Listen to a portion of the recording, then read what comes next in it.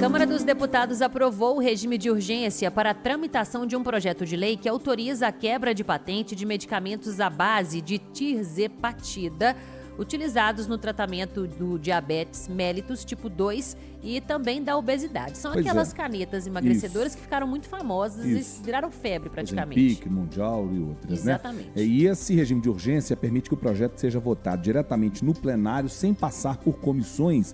Isso acelera uma possível adoção dessa medida, que é a quebra de patentes. É uma intenção declarada, né, de ampliar o acesso ao tratamento pelo SUS, reduzir os custos para pacientes, principalmente com diabetes e obesidade, que têm sido os usos mais comuns, que vem carregando, inclusive, todos esses alertas que a gente tem visto aí em reportagens especializadas, na mídia especializada, sobre o risco do uso de forma indiscriminada, do uso desses equipamentos, desses medicamentos sem controle médico, né, sem receita médica, as tais canetas do Paraguai que estavam circulando aí pelo Brasil, que foram proibidas agora. E os críticos dessa proposta argumentam que isso pode gerar uma insegurança jurídica e desestimular investimentos em inovação aqui no país e inclusive representando aí alguns conflitos de direito de propriedade intelectual com os fabricantes dos medicamentos originais que ficam fora do país. Bom, para a gente traduzir esse assunto todo e jogar um pouco de luz sobre esse tema que é tão importante e tem sido tão comentado, né, no Brasil inteiro, a gente vai conversar agora com o deputado Mário Eringer, do PDT, que está acompanhando de perto esse assunto lá em Brasília e pode falar mais conosco. Deputado, prazer tê-lo aqui no nosso Deadline, na nossa 98 News. Obrigado por atender ao nosso chamado. Eu já vou emendar com uma pergunta importante sobre isso, que é relativa a essa última parte aqui que eu falei. Os críticos estão dizendo, levantando muito essa questão da insegurança jurídica, esse risco de insegurança jurídica na quebra de patente. Isso está sendo levado em conta nas discussões que o Congresso tem trazido sobre esse tema? Boa noite para o senhor. Muito obrigado. Boa noite, é um prazer estar com vocês aqui no Deadline. Eu quero dizer para você que a coisa que menos me preocupou nessa proposição, que esse projeto é meu, né? Menos me preocupou foi a questão da insegurança jurídica. Eu acho que acima de qualquer justificativa econômica e financeira está o bem-estar e a saúde do povo brasileiro. Nós sabemos que hoje a obesidade, o diabetes e uma série de comorbidades vinculadas à obesidade são causas que levam a um custo Brasil muito alto para a saúde. E eu tenho certeza absoluta que esse medicamento é uma mudança de patamar nos medicamentos que cuidam de uma gama de situações que são comorbidades da principal, que é a obesidade e o diabetes. Então, com essa certeza, eu fiz essa proposta exatamente porque eu acredito que acima do interesse econômico, acima da tal de insegurança jurídica, existe a insegurança de saúde no Brasil, que é muito maior. O Brasil não pode, a pretexto de insegurança jurídica no campo da saúde, deixar o nosso povo ficar atrasado 10, 20 anos em termos de tecnologia médica. O que acontece é isso. Os nossos laboratórios nacionais, eles se alimentam de patentes vencidas de 10, 20, 30 anos atrás. E isso nos coloca sempre na retaguarda do crescimento. Se nós hoje entrarmos exatamente nesse momento, nós começamos a acompanhar a história do desenvolvimento no tempo real. Então, eu não tenho dúvida nenhuma, as empresas não vão ter problema com redução de investimento, porque são empresas bilitrilionárias, elas continuarão fazendo. Tem muitos medicamentos que são só delas e que ninguém e elas ganham dinheiro com isso. Então, essa desculpa de insegurança jurídica visa manter o status quo. Quem não muda, não avança. E se não mudar, a gente vai continuar como está. Deputado, a gente sabe que essas canetas, elas são caras, não é todo mundo que consegue comprar. Por exemplo, uma Ozempic hoje está custando R$ 1.110, a outra mais cara R$ 2.400.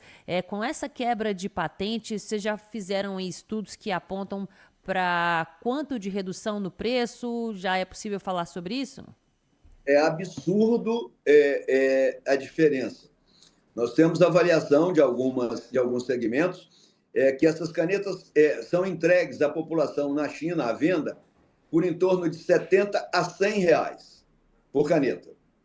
Isso é uma mudança estúpida do valor. Vai possibilitar, não só para o SUS, eu estou dizendo para o cliente geral, que pode ir à farmácia, comprar seu medicamento, é claro que com acompanhamento médico, com receita médica, com controle, porque isso não é uma coisa para se jogar numa gôndola e cada um pegar quantos quiser, fazer do jeito que quiser. Tem que ter todo o comportamento de acompanhamento e prevenção e profilaxia médica, mas o preço vai facilitar. Você imagina uma pessoa que ganha salário mínimo, como é que ela vai pagar na caneta mais barata R$ 1.200? Não existe possibilidade nem parcelar, porque quando ele vai terminar de pagar as parcelas, ele já está 3 meses sem poder tomar outra, continuar a sua dose. Então, é um absurdo essa diferença e nós precisamos de fazer isso com seriedade. E eu tenho certeza absoluta que isso feito, nós vamos ter menos comorbidades, nós vamos ter menos internação, nós vamos ter menos cirurgias, nós vamos ter um quadro de saúde muito melhor do povo brasileiro no aspecto geral.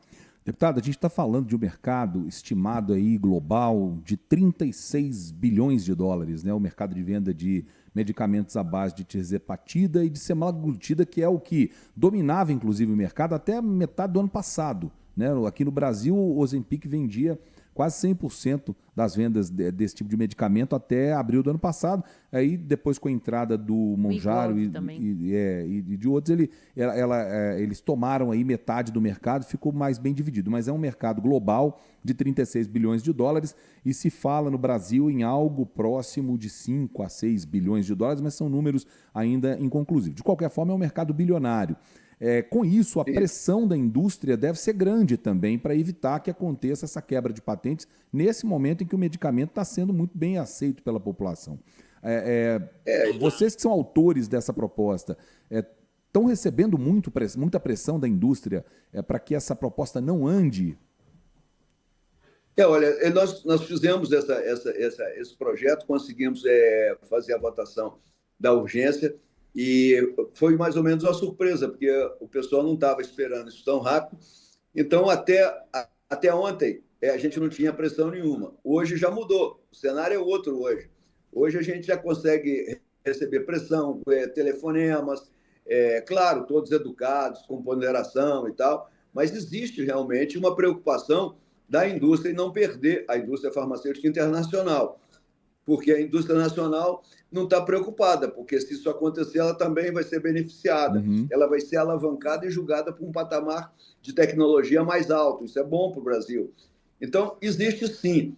E o mais interessante disso aí é exatamente que alguns partidos aqui, com aquela percepção de que o mercado é o senhor, é o Deus do negócio, continuam achando que, felizmente, foram só 19 na votação da urgência, achando que não pode mexer. Mas nós temos que mexer, porque a nossa obrigação é prestar saúde, felicidade, bem-estar ao povo brasileiro. Se nós conseguirmos fazer isso com a saúde, eu acho que tem que respeitar um monte de patentes, sim. Tem que respeitar direito autoral, cultural, intelectual, tem que fazer.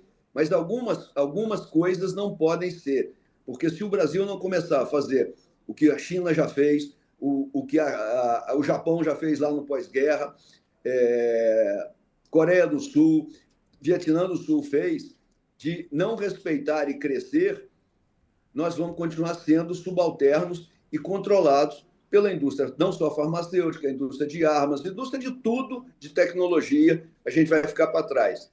A única coisa que a gente ainda tem de grande tecnologia que quase entregaram recentemente foi a Embraer, que a gente tem aviões e de tecnologia muito boa. O resto, a gente tem que comprar de todo mundo. E a gente não pode ser sempre um país que vai ficar vendendo comida e comprando tecnologia. Então, tecnologia de saúde, tecnologia de todo o campo. Então, acho que está na hora do Brasil enfrentar esse problema de frente e fazer com que o brasileiro seja colocado como prioridade nas nossas decisões.